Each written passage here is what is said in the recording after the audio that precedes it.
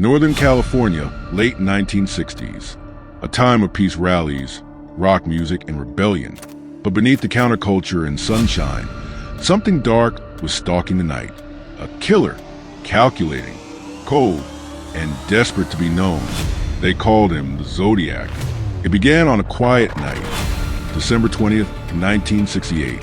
Two teenagers, Betty Lou Jensen and David Faraday, parked their car on a lover's lane near Vallejo, California.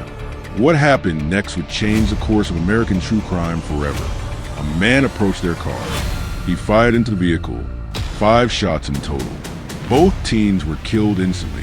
At first, police thought it was just another random act of violence. But 7 months later, the killer struck again. On July 4th, 1969, Darlene Farron and Michael Mageau were sitting in a parked car at Blue Rock Springs Park when a man approached with a flashlight. He opened fire, point blank. Darlene died at the scene. Michael barely survived.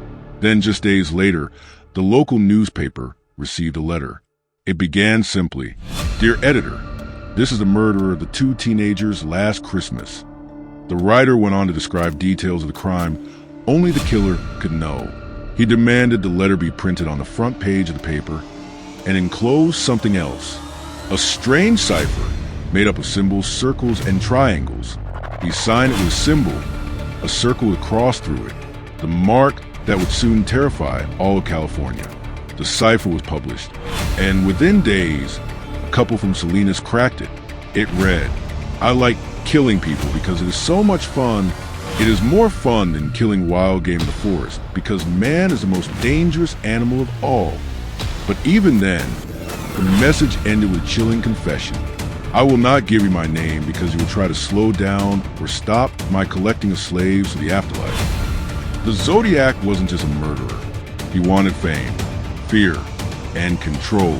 He wrote letters not only to newspapers, but directly to police, mocking them, taunting them, daring them to catch him.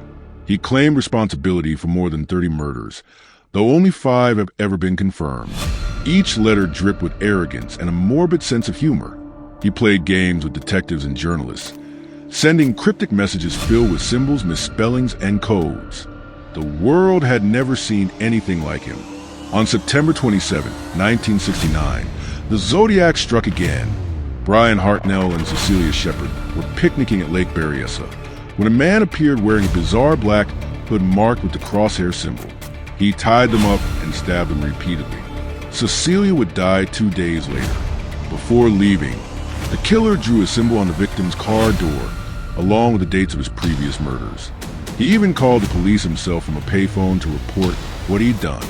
A month later, another attack. October 11, 1969, San Francisco. A taxi driver named Paul Stein was shot in the head. This time, the killer left behind a piece of the victim's bloody shirt, later mailed to the San Francisco Chronicle along with another letter. The Zodiac was escalating, and he wanted everyone to know it by now. The entire Bay Area was paralyzed with fear. Parents kept children home from school. Police flooded the streets.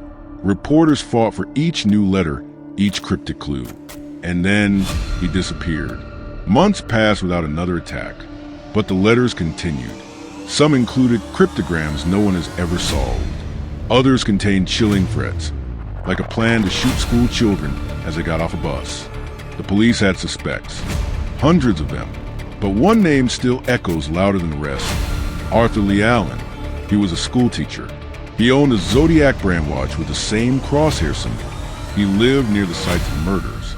He was seen by acquaintances discussing ciphers and a perfect murder. When police searched his home, they found knives, guns, and disturbing writings. But there was no conclusive evidence. No DNA match. No smoking gun. In 1991, before he could ever be charged, Allen died of a heart attack. And with him, perhaps, went the truth.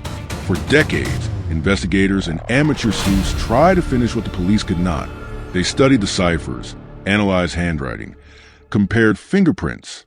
Each new generation believed they were close.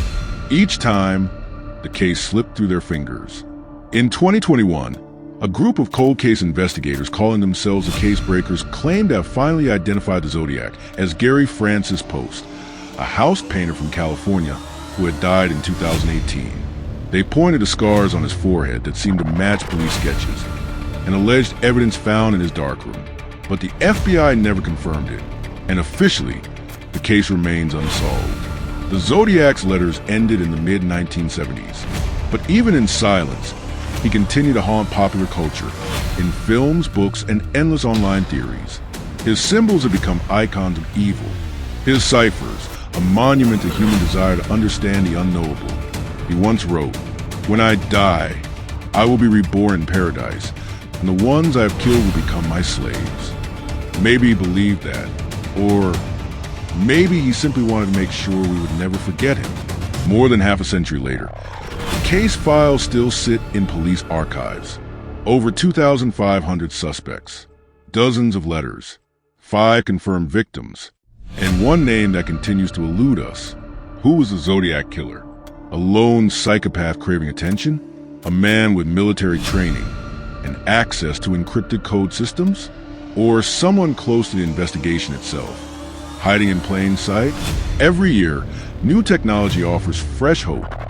DNA analysis, AI decoding, digital forensics. But for now, the cipher remains unbroken. The signature remains a mystery. And the shadow of the Zodiac still stretches across the American night. The Zodiac once promised that the police would never catch me. He was right. But his real victory was psychological. He proved that fear could be written in ink. That one man, armed with words and symbols, could paralyze a city and fascinate the world.